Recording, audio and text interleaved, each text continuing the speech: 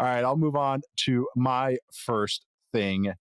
I got to make sure I got my order right. And this thing kind of sound passe, maybe a little something that's been overdone, but I think it's real. And that's tight ends.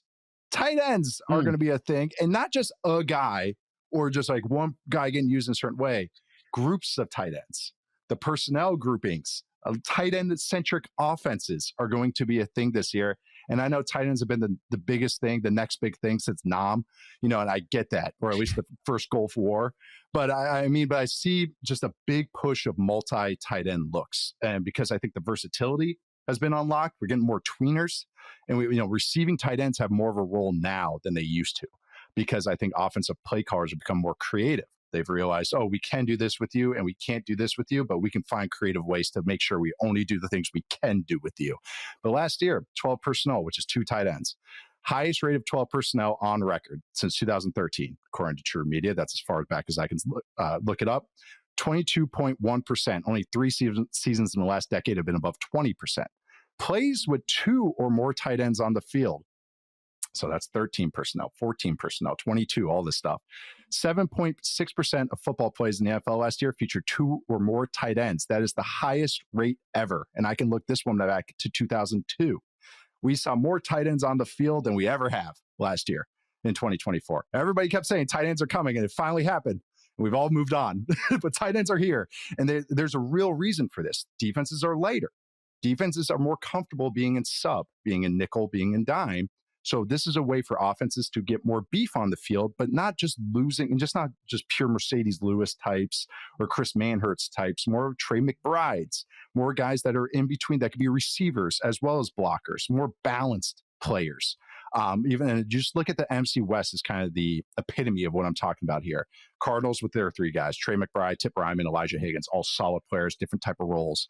49ers have Kittle, but went and signed him, made sure to sign him, Luke Farrell from the Jaguars, to a decent deal. And of course, they have Juice Jack, who's a fullback / he does everything. Rams drafted Terrence Ferguson, signed Colby Parkinson last year, still have Tyler Higbee on the roster. And even Davis Allen isn't a bad player. He's a solid, a decent role player. And they use more 12 personnel than they have in years. Seahawks drafted Elijah Arroyo. I got that name. AJ Barner's on the roster, good blocker from Michigan. They got Noah Fant, last year of the contract, but they're going to use him. Dolphins signed Pharaoh Brown, who was with the Seahawks, good blocker. They have Julian Hill. They have Jonnu Smith. Jaguars got 3 tight ends assigned to pair with Brenton Strange. Bears drafted Colson Loveland to pair with Cole Kmet. Packers got Tucker Kraft and Luke Musgrave. Commanders have Zach Ertz and John Bates. What I'm getting at, teams went from, we need 1 tight end. Now teams are going, no, we need 2 tight ends. This is going to provide more versatility for us than maybe just having 3 good receivers. We can get 3 pass catchers, but then the second tight end could be a better auxiliary player for us than that de facto 3rd receiver. In the schematic elements of this, you got backfield looks. There's lighter defenses now, like I mentioned, more creativity happening. You got tight ends fitting up on linebackers on insert blocks, which is possible now because linebackers are 230. You couldn't do that 15 years ago. Linebackers were 255, 260. They would have sawed off every tight end trying to fit up on them. Now they can do that just because of size. You got motion at the snap of the ball. You got zebra, the Shanahan play, which is outside zone, but it puts the tight end on motion, gives him some help, and more teams are using that and actually putting some twists on it. Like the Falcons have basically became like a trap block on it, whatever. But that is what my thing for 2025 is going to be. More tight ends. I think the trend is continuing. I think we got a good influx of young tight ends coming into the league, and I don't think that's going to stop even looking at next year's class. I think these receiving tight ends that used to not have a real role unless they're a real difference maker are now finding roles. So I think there's going to be more and more tight ends. Whew. And I was pretty excited again with that one because every stat I kept looking at, I was like, wow, there's more. Oh, wow, okay. But I just do think this is going to become more of a trend. It used to be more of a like, oh yeah, good if you can do it, like good if you can have it.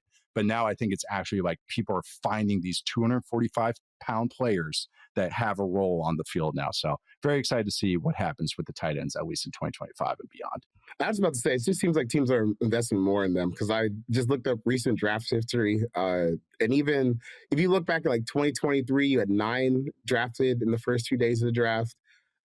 This year you had 6 drafted, but 5 of those guys came in the first 2 rounds of the draft. So there's clearly something teams are seeing. I think I think maybe with what we're seeing in college, where these guys they have to pick up receiving skills so fast, maybe that's an edge that maybe guys in the past didn't quite have. When you look at guys like what Warren did this year, what Colston Loveland did at Michigan, Brock Bowers at Georgia. Look, we've seen guys come in and be pretty prolific receivers a little bit earlier than what we're seeing. So maybe they're a little bit less afraid of making that investment as they try to get a little bit heavier and defenses get lighter. It's like it almost feels like a dog chasing his tail a little bit. Like we're just gonna come around to the same points that we've already seen in NFL history at some point. And right now, offenses are getting bigger while defenses are getting smaller, which I'm sure we've seen in the past before too.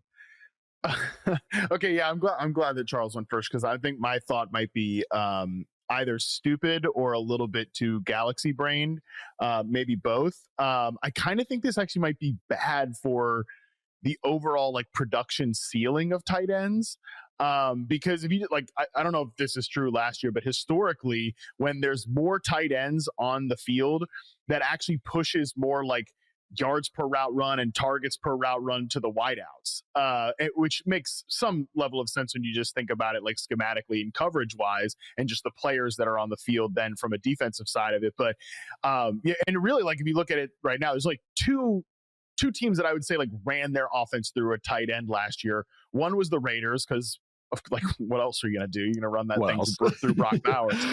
And then the other was the Cardinals, which kind of like goes against what I just said there, that they did have a lot of tight ends in the field, but they still pummeled targets through Trey McBride. Like as much as people are whining about the Marvin Harrison Jr. usage last year, they did so much cool stuff to free up who was their most productive pass catcher last year in Trey McBride. But those are like outliers. Typically, conceptually, you're just not running through the tight end as the number one read. So in a weird way, like, yeah, it's probably good for offenses overall to be more versatile, but it might actually create like less star power at the tight end position from a production standpoint, which I realize is not the only thing that we care about here, but it is at least like when we're looking for, are tight ends going to catch up to wideouts in terms of the actual annual value of their contracts or the money they're paid. This actually might make things a little bit more difficult in the long run in a weird way. Right. It eats snaps from everybody, from other tight ends and other receivers. You know what I mean? Actually will help some receiver production, because so many of these guys, and like the Cardinals is a great example, is that they'll get into two tight end looks. Tip Ryman's route runs, I'm sure, is super low because he's just locked in block. So it's like those, and as opposed to an 11 personnel look, it's like, well, I'm going 11 personnel. There's not a lot of like play action I can run out of this. Like there's some looks you can do. So it's like, okay, then that one de facto tight end is out there running the route. So I'm agreeing with you. It's just that, yeah, it's better maybe in a football sense, but then it's like you said, the star power kind of goes, it's like, it limits everybody, puts a cap on everybody because just what they get asked to do. So totally get what you're saying there. Yeah. I remember a story came into my head it's like when Bill Belichick was the defensive coordinator of the Giants. When his father-in-law was like 3 or 4 years old. He had a game where they were playing against the Bills, and they had a game against Thurman Thomas, and Bills came out and dimed for the whole game. He's like, screw it. Like, let them run the ball 40 times with Thurman Thomas if they want to. But if they want to score, they're going to have to throw the ball at some point. But I do feel like we're getting to a point with NFL offenses now where, like, if we're going to get more tight ends, I think Matt's point makes sense. We might see a little bit of decrease in production at times because they might just be running the ball more. Like guys like Colston Loveland and Tyler Warren, they're going to eat. But maybe your everyday run-the-mill guy who comes in round two, you might be doing a little bit more blocking than maybe we were thinking about. But still, it is cool to see just that evolution, and you just see just a very specific physical body weight evolution. You're getting smaller, we're going to get bigger, and you're going to play the efficiency game and see which wins out at the end of the day. It's kind of fun.